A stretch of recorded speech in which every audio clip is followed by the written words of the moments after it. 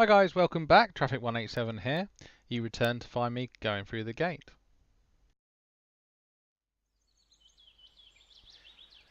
Mere 50 meters ahead, a small one-story house had popped up on the left-hand side, or literally just popped up.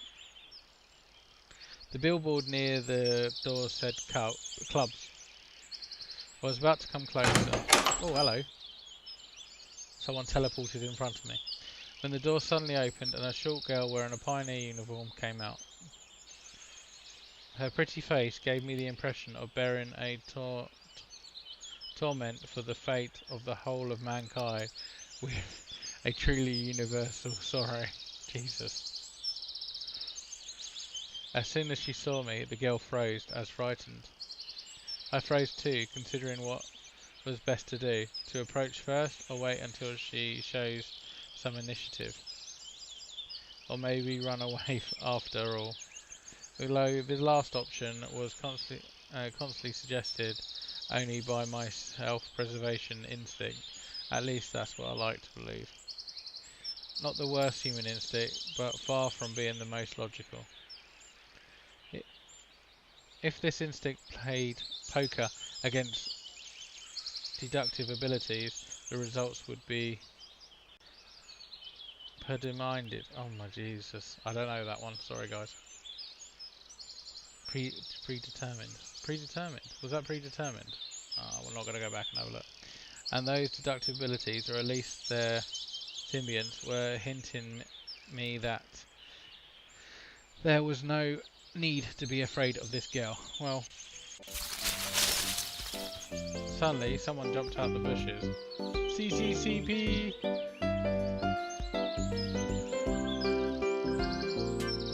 A girl wearing a bright red t-shirt with USSR written on it.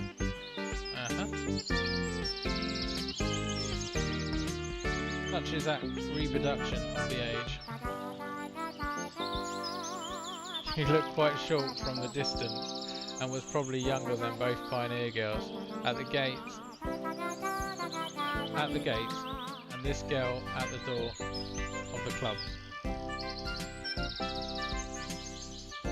At last she decided to come closer, but the USSR, as I called her in my mind, jumped to the first girl and started telling her something while soar in the air. The other girl in turn seemed confused, looked down and made no reply. I have probably continued to observe their amusing dialogue, but the USSR suddenly pulled something out of her pocket and started shaking it in front of the first girl's face. Wait, it's a different person. It's a different bloody person. Something turned out to be a grasshopper. Eee! Pioneer girl cried. Scored the first girl. She must be not too keen on the insect, as she instantly rushed towards where Lenin presumably made his speech about the accomplishments of workers and peasants' revolution. She looks like she's going to eat it. That's to say, towards the square. The USSR glanced at me, grinned playfully, and dashed after her. Not a bad start of the day. I've absolutely no clue where I am. Besides that, there are some kids here, role-playing pioneers. As far as I can tell, this place is located thousands of kilometers away from my home. It might be a different reality. As this was indeed a reality. I mean, everything around me seemed so real, if a little embellished, that I was starting to fall into thinking that, in fact, my previous life could have been just a dream. And what should I do now?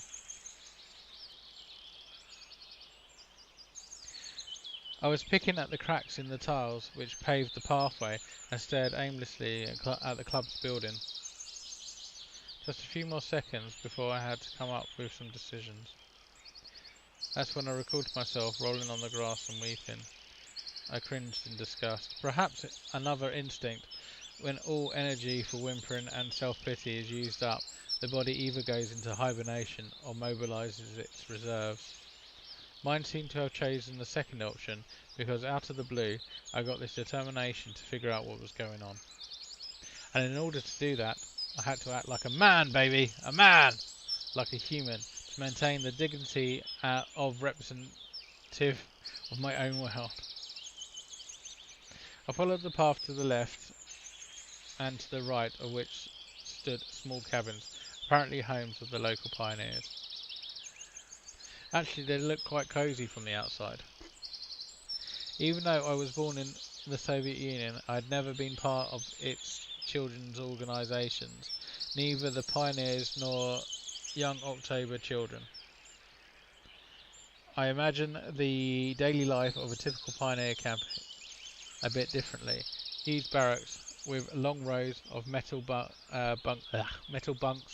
wake-up calls at 6, a clock played by a siren, 1 minute to make your bed, then join in formation at the drill square.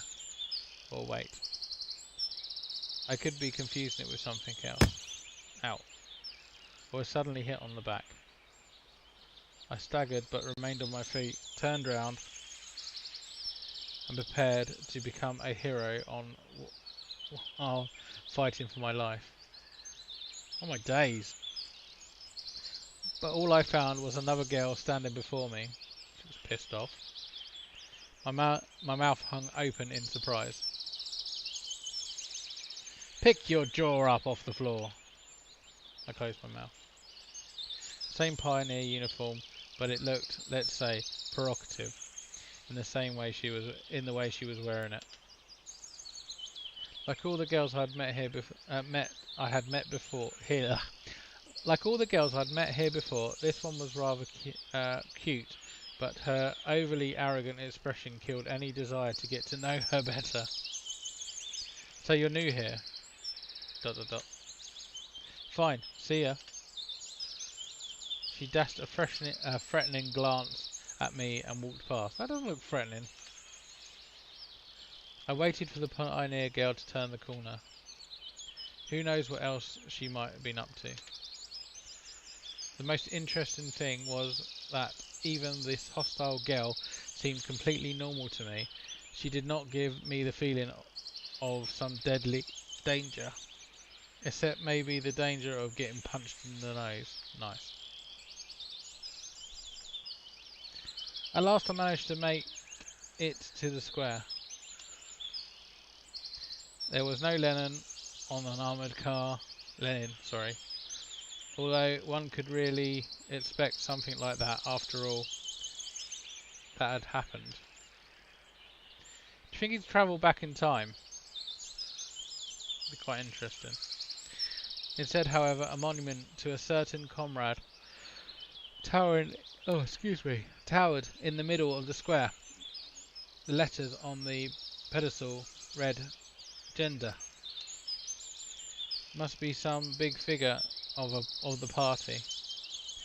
There were some small branches at the sides. It's quite cosy here. Where did that girl tell me to go? To the left or the right? To the left, to the right, to the left, to the right. And where am I going anyway? Ah, right. I've decided to pretend to be normal. So to the right. Through a small grave, I walked to a pier. Must have taken a wrong turn. Oh, wrong. Oh, pioneer girl. Oh, wrong way. I turned towards the forest. Hello.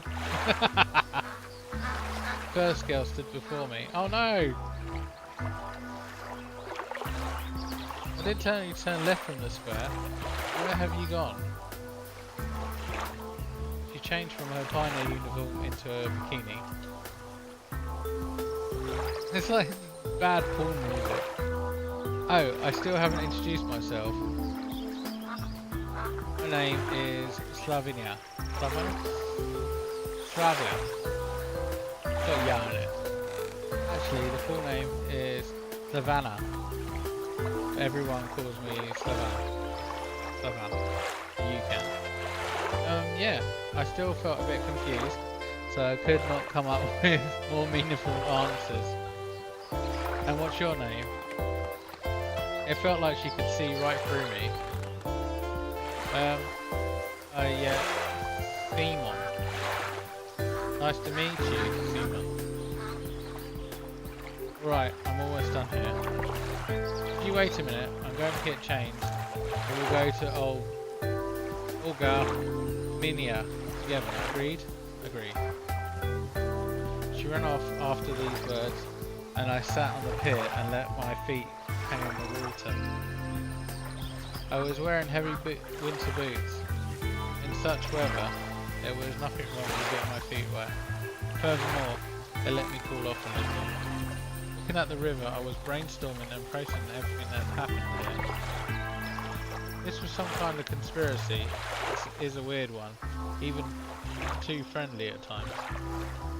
No, it really looked more like a random event. Some entirely incomprehensible random event. There we go. Bloody hell, she got changed quickly. Standing beside me, dressed in a pioneer uniform again. Let's go. I've been here for a very short time. Of all the people I've met, she looks the least suspicious. This fact is already suspicious by itself. However, this fact. We walked past the square. The USSR girl and the girl that hit me on the back were there, chasing each other. It's some kind of game they're playing. Enough running. I'll tell Olga.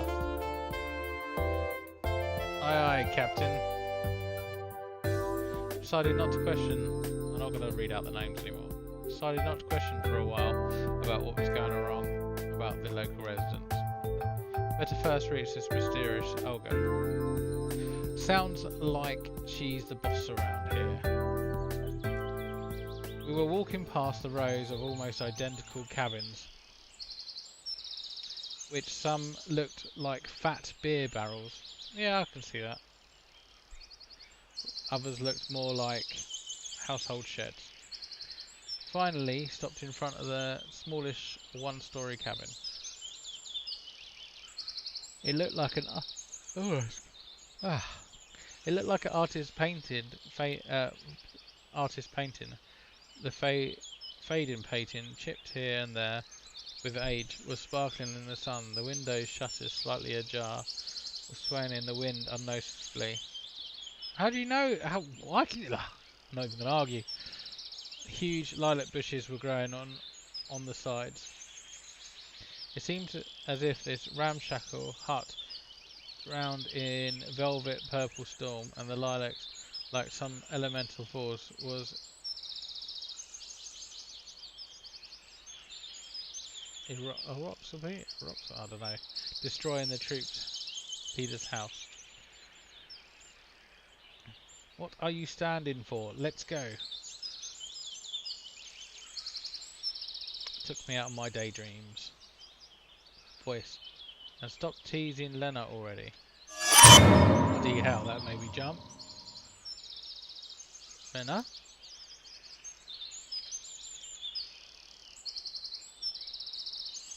Sounds like there's someone inside. Indeed, a moment later, the door swung open and ran out, dashing past with the same mysterious grin. The pigtail girl went out next. Don't get upset about her, Lena. So what was that fucking thing a minute ago? That made me jump. So her name is Lena.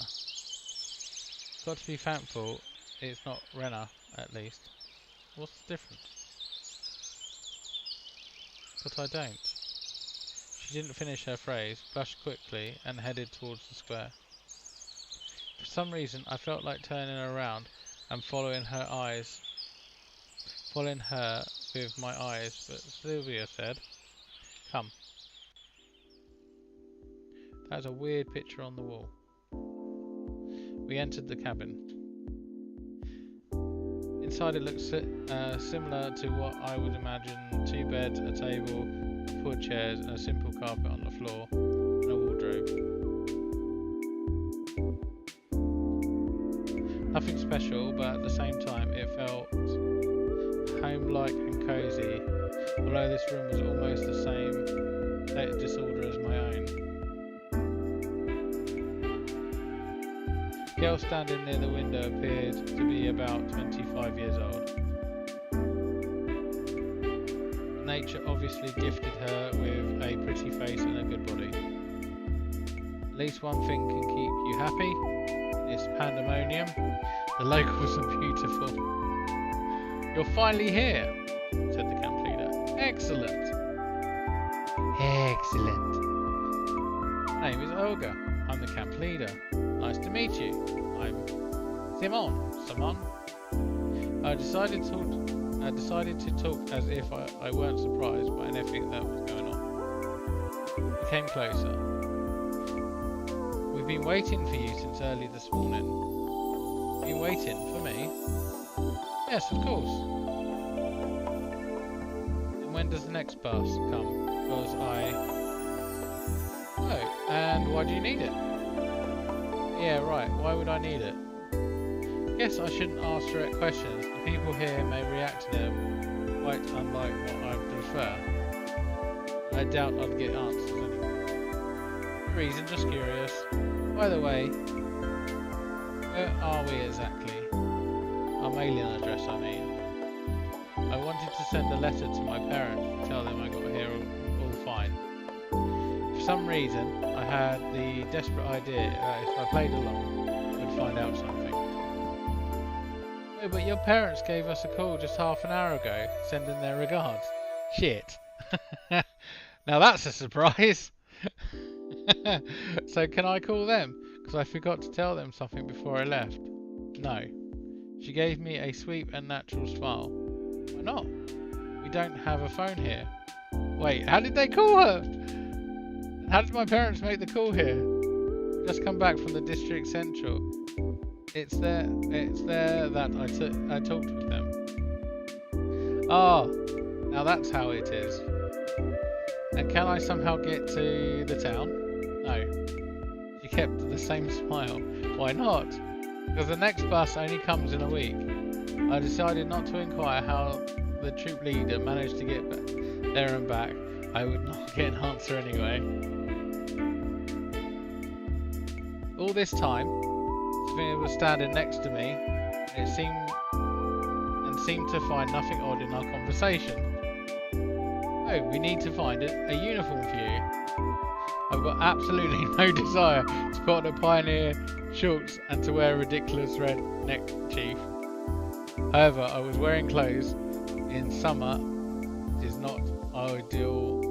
Wearing winter clothes in summer is not a great idea either. Right, thank you.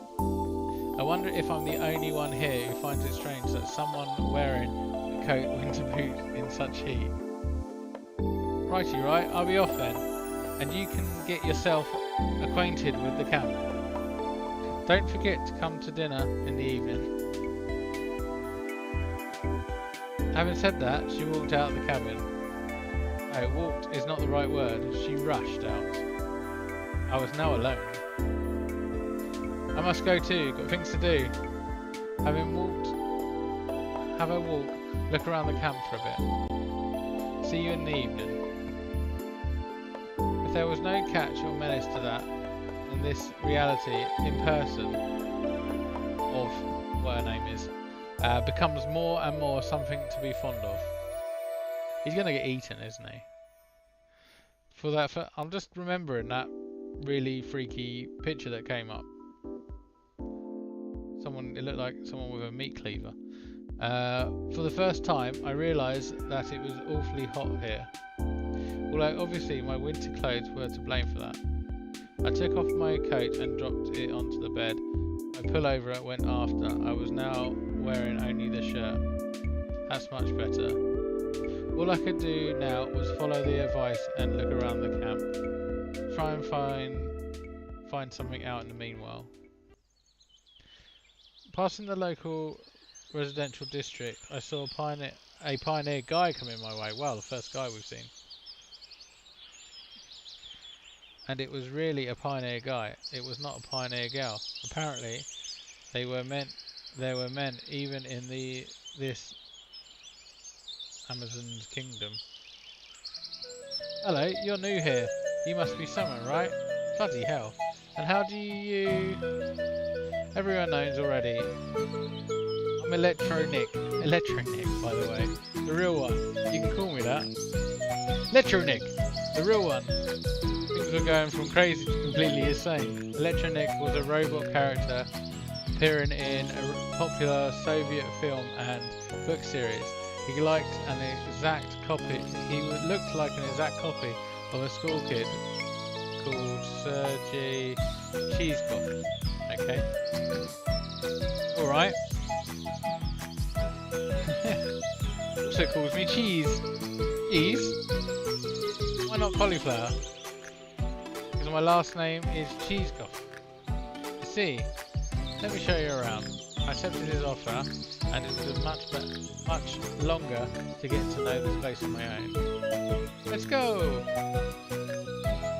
Back to the square again.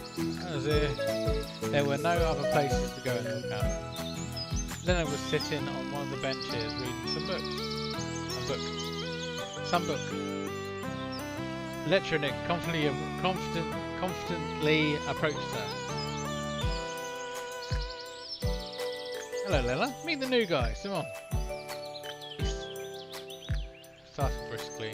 Hello. Well, you could say we've already met in a way. Yes. She looked away from the book for a moment and glanced at me, blushed and went back to reading, as if she noticed that we were still here. Alright, let's go on. I was at first surprised that the meeting of this girl was reduced to a couple of words. Then I thought that it was better that way. Electronic's vigorous activity did not fit well with Eleanor's shyness. Let's go. Next we came to a building which I instantly identified as a canteen. And this here, I know, this is where you consume organic food. Yeah, something like that. On the canteen's porch there stood an unfriendly girl who hit me in the back earlier. At her sight, my joking mood vanished in a blink of an eye. Really, now it's not the best time to pull this guy's leg, even though he's quite hilarious. First I need to figure out what's what here, or at least where I am. Her over there is Elisa. Oh my days, has not doing that second lap. But be cautious around her. He was speaking in a whisper. Don't even risk calling her Devcha. She doesn't like that.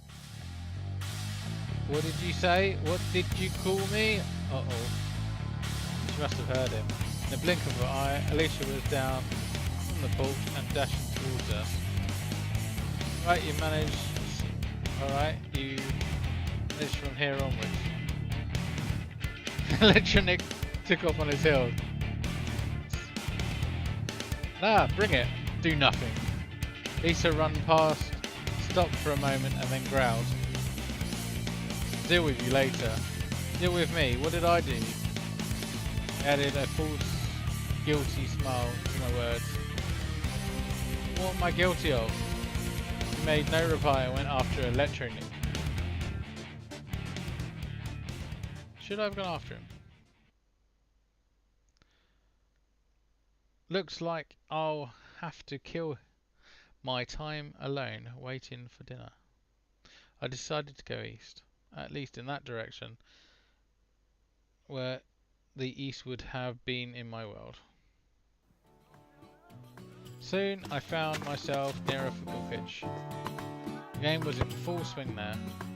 I guess watching it for a bit wouldn't do any harm. In my childhood and teen years, I was not a bad player, myself even before going professional, but a few injuries in a row killed my desire to risk my health for the sake of uncertain chance in the game. Kids of different ages were running in the pitch. I could see a boy about 10 and a girl about 14 years old. Girl. Hey, that's you now. Oh, that's the one he fancies. Oh, come on, she's 14. Alright, she plays football. What's so surprising? She seemed a relentless one after all. I was standing quite far from the pitch, but she still noticed me. Oh no, that was the younger one, the one he didn't fancy, right, okay. Hey you! Wanna play? Did not know what to answer. On the other hand, it's no big deal to run in for 10 minutes. On the other hand, any wrong move in my situation could be a final one. But in any case, my attire wasn't suitable for this weather. If I played in my winter boots and warm jeans, I would sweat like a pig. And play barefoot without jeans would be simply unethical. Unethical. Oh god. Maybe another time then, alright? I shouted in response, turned around and walked away. I was followed by Thingy screams, whatever her name is, about my pants, or about me being a patsy or something like that.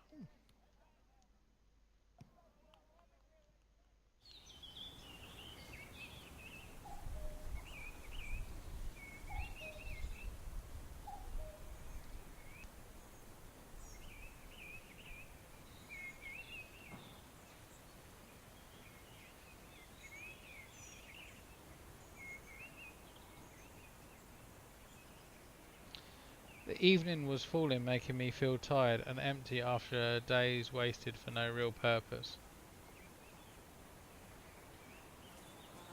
I came back to the square and sat down on the bench and threw an exhausted sigh. I better sit here and wait for dinner. After all, it's easier to search for answers when you're not hungry. They do give food to people here, right? You know, it's curious how the simplest human need can break the will to ponder on things, to strive for something. And I think I'm going to save it there. Alright guys, take it easy, be good to yourself, I'm out.